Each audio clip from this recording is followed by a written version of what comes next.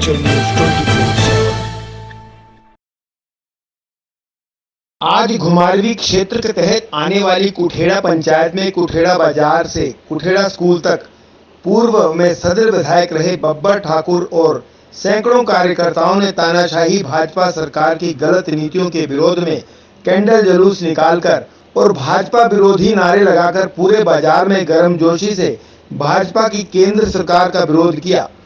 इस दौरान पूर्व विधायक बब्बर ठाकुर ने कहा कि केंद्र सरकार की युवा विरोधी अग्निपथ योजना देश के युवाओं के भविष्य के साथ खिलवाड़ है।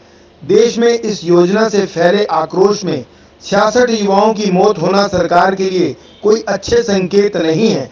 इससे पहले कि नुकसान ज्यादा हो, सरकार को इस योजना पर अंकुश लगाकर वापस ले लेना चाहिए। सरकार यदि इस योजना को वापस नहीं लेती है तो प्रदेश सरकार खंड स्तर के लिए प्रदेश स्तर पर हर प्लेटफॉर्म पर इसका विरोध करेगी, जिसकी सारी जिम्मेदारी केंद्र और प्रदेश सरकार की होगी। बब्बर ठाकुर ने कहा कि ये शर्म की बात है कि पूरे देश में युवा इस अग्निपथ योजना का सड़कों पर उतरकर विरोध कर रहे हैं और हिमाचल प्रदेश के मुख्यमंत्री इन योजनाओं को युवाओं के भविष्य को लेकर स्वर्णिम अवसर बता रहे हैं। उन्होंने कहा कि जिस प्रकार केंद्र सरकार की किसान बिल को लेकर फजीहत हुई थी, उसी प्रकार ये अग्निपथ योजना भी सरकार के गले की फांस बनने वाली है। 4 साल नौकरी करने वाले के बाद 75% युवाओं को घर का रास्ता दिखा दिया जाएगा। उनके हाथ में न पेंशन, न कोई पद और न ही भविष्य की कोई रणनीति होगी। मतलब जो समय युवाओं के कैरियर बनाने का है, उसमें सरकार उन्हें निठल्ला कर घर बैठा देगी। यही नहीं, सरकार से मिलने वाली कैंटीन व पेंशन सुविधा से ये वर्ग वंचित हो जाएगा। बब्बर ठाकुर ने बताया कि बिलासपुर नहीं बल्कि पूरे प्रदेश के बच्चे सेना का सपना संजोए हुए दिन रात मेहनत कर रहे हैं, लेकिन सरकार ने इन योजनाओं को लाकर इनके सपनों को धूमिल कर दिया है। कि मोदी सरकार ने एक योजना जो अग्निपथ की चलाई हुई है, इसका हम कड़ा विरोध कर रहे हैं। कांग्रेस पार्टी जो है सड़कों पे उतर के इसका विरोध कर रही है कि मोदी जी ने जो योजना चलाई है अग्निपथ, ये बहुत गलत योजना है। इस योजना को वापस लेना चाहिए, क्योंकि अगर कोई बच्चा जो है 4 साल तक फौज में भर्ती होता है तो उसके बाद आके घर बैठ के वो बच्चा क्या करेगा। 22-23 साल का बच्चा अगर रिटायर हो जाता है तो घर आके वो बच्चे का भविष्य जो है खराब हो जाएगा। क्या वो करेगा क्या नहीं। इसलिए हम सब कांग्रेस पार्टी जो है इसका विरोध कर रही है कि इसको स्थायी नियुक्ति इसकी की जाए। जैसे पहले इसकी भर्तियां होती थी वैसे इसकी भर्तियां जो की जाए, क्योंकि मोदी सरकार के जो फैसले हैं वो गलत फैसले हैं।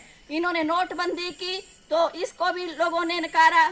किसान योजना, किसान बिल चला उसका किया तो किसानों ने उसको नकारा। जो भी इन्होंने योजना चलाई लोगों ने उस योजना को नकारा।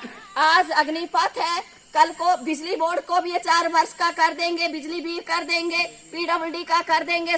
के खिलाफ आवाज उठाने के लिए जो है सड़कों पे उतरे हैं। आपसे बढ़ करके कोई खास हमारा नहीं है। बड़सवाय से भी, बरवाड़ से भी लोग आए हैं, प्रकाश जी हैं, बंसीराम जी हैं। सब आप हमारे अति खास व्यक्ति हैं और अति खास कार्यकर्ता हैं। आप ही हमारे कार्यकर्ता भी हैं, आप ही हमारे नेता हैं। और आपके दम के ऊपर जो है हम मोदी सरकार की जो दोनों डबल इंजन की सरकार है, इन दोनों को हम उखाड़ फेंकेंगे। एक सरकार को अभी 2 महीने के बाद उखाड़ना है और दूसरी सरकार को हमने जो है 24 में उखाड़ करके बाहर फेंकना है। और सोनिया गांधी के हाथ हमने मजबूत करने हैं, राहुल गांधी जी के हाथ हमने मजबूत करने हैं। और उनके हाथ हमारे तब मजबूत होंगे जब हम इन दमनकारी सरकार की नीतियों के खिलाफ आवाज उठाएंगे। मैं जितना आपका धन्यवाद करूं उतना कम है। सब अपने अपने क्षेत्र से जो है 10, 15, 20 लोग लेके आए हैं। सबके हम धन्यवादी हैं।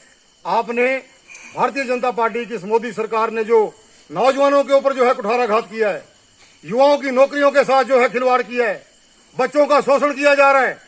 जो बच्चों के पढ़ने का समय था उस समय में बच्चों को आप रिटायर करने जा रहे हैं। ये अब जब इस प्रकार का डंडा आपको मुख्यमंत्री प्रधानमंत्री बनाएंगे जिसको कोई मोह ममता नहीं है तो ऐसा ही होगा।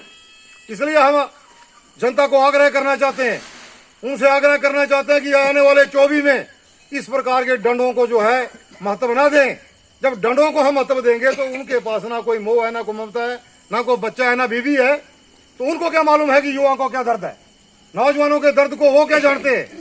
अनिल जी भी है यहाँ पे, प्रधान जी हमारे।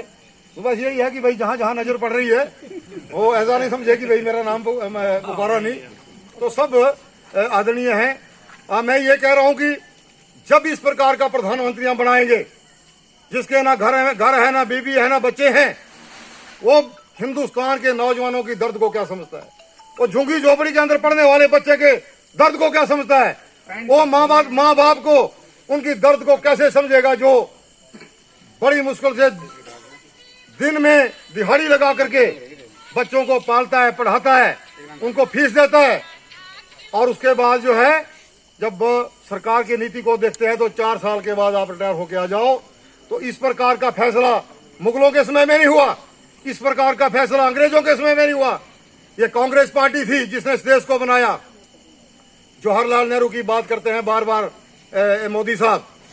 जिस जवाहरलाल नेहरू के समय में जो पहले प्रधानमंत्री हुए, जिस देश के अंदर एक सुई नहीं बढ़ती थी, आज उस देश के अंदर बसें चल रही हैं, आज उस देश के अंदर जो है कारें चल रही हैं, आज उस देश के अंदर जो है स्कूल हैं, आज उस देश के अंदर जहाज हैं, आज उस देश के अंदर जो है समुद्री जहाज हैं।